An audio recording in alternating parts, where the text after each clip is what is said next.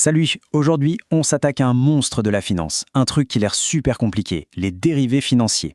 Tu te dis que c'est un sujet pour les experts en costume cravate? Reste avec moi parce qu'on va voir qu'en fait c'est beaucoup plus simple que ça en a l'air. Regarde bien ce chiffre. 600 000 milliards de dollars. C'est tellement énorme que notre cerveau a du mal à se le représenter. Pour te donner une petite idée, c'est comme si on prenait toute la richesse créée dans le monde entier en une année et qu'on la multipliait par 10. C'est juste gigantesque.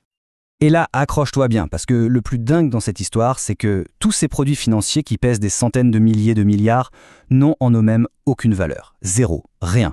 Alors, comment est-ce que c'est possible un truc pareil? C'est le mystère qu'on va percer aujourd'hui. Allez, on y va. C'est quoi au juste un dérivé? Le mot peut faire un peu peur, je te l'accorde. Mais tu vas voir, le concept derrière est vraiment simple. Et une fois que tu as compris ça, tu as compris l'essentiel. En fait, tout est dans le nom. Un produit dérivé, c'est tout simplement un contrat financier dont la valeur dérive de la valeur d'autre chose. Il n'existe pas tout seul. Sa valeur dépend entièrement de la valeur d'un autre produit.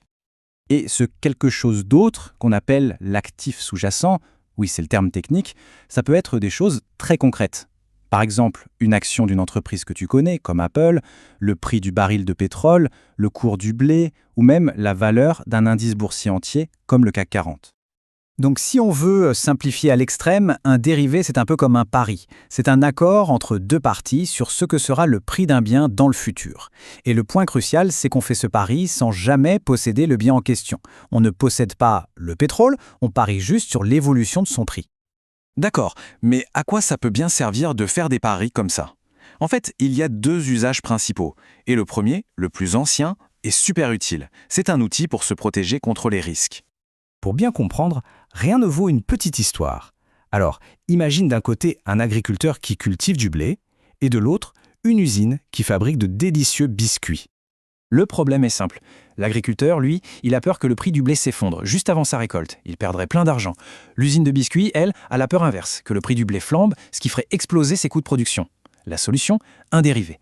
Ils signent un contrat aujourd'hui pour se mettre d'accord sur un prix fixe dans 9 mois. Comme ça, quoi qu'il arrive sur les marchés, ils savent tous les deux à quel prix ils vont faire affaire. Résultat, plus de stress, plus d'incertitude. Tu vois, dans ce cas précis, le dérivé c'est comme un bouclier. C'est un super outil qui amène de la stabilité et de la sécurité dans l'économie. On peut dire que c'est le côté ange des dérivés. Bon, maintenant passons à la deuxième utilisation, celle qui est beaucoup plus controversée. La spéculation. C'est l'autre face de la pièce. Reprenons notre idée de pari. Imagine que ton but n'est plus du tout de te protéger d'un risque. Non, ton seul et unique objectif, c'est de gagner de l'argent en pariant sur la hausse ou la baisse du prix du pétrole. Et c'est là que les dérivés deviennent une arme financière redoutable. Grâce à un truc qu'on appelle l'effet de levier, tes gains peuvent être démultipliés. Une toute petite variation de 10% du prix du pétrole peut se transformer en un gain de 100% sur ta mise de départ. C'est énorme. Mais, et c'est un gros mais, le piège c'est que ça marche aussi dans l'autre sens. Si le prix baisse de 10%, tu peux tout perdre. C'est un jeu à très haut risque. Et voilà, c'est ça la spéculation. C'est utiliser ces outils, non pas pour se protéger, mais pour faire des paris énormes sur les mouvements du marché, en espérant faire des profits gigantesques.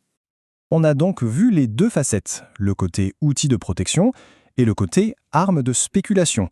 Alors, au final, on en pense quoi? Les dérivés, c'est bien ou c'est mal? Ange ou démon? Eh bien, cette analogie est parfaite pour résumer la situation. Un dérivé, en soi, ce n'est ni bon ni mauvais. C'est comme un couteau. Tu peux t'en servir pour préparer un bon repas, ou tu peux l'utiliser pour faire beaucoup de mal. Tout dépend de l'intention de celui qui le tient. Et là, on en revient à notre chiffre du début, c'est 600 000 milliards de dollars. Ce montant astronomique, il nous donne un sacré indice. Il nous montre que sur les marchés financiers aujourd'hui, on utilise beaucoup plus le couteau comme une arme pour spéculer que comme un outil pour se protéger. Et quand la spéculation prend toute la place, les conséquences peuvent être dramatiques dans le monde réel. Ça peut créer d'énormes bulles financières qui finissent par exploser.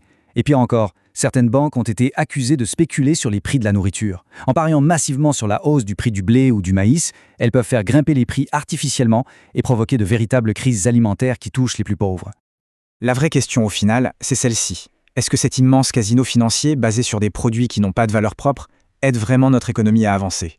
Ou est-ce qu'il ne fait que la rendre plus instable, plus imprévisible et finalement plus dangereuse pour nous tous? C'est une question qui reste ouverte.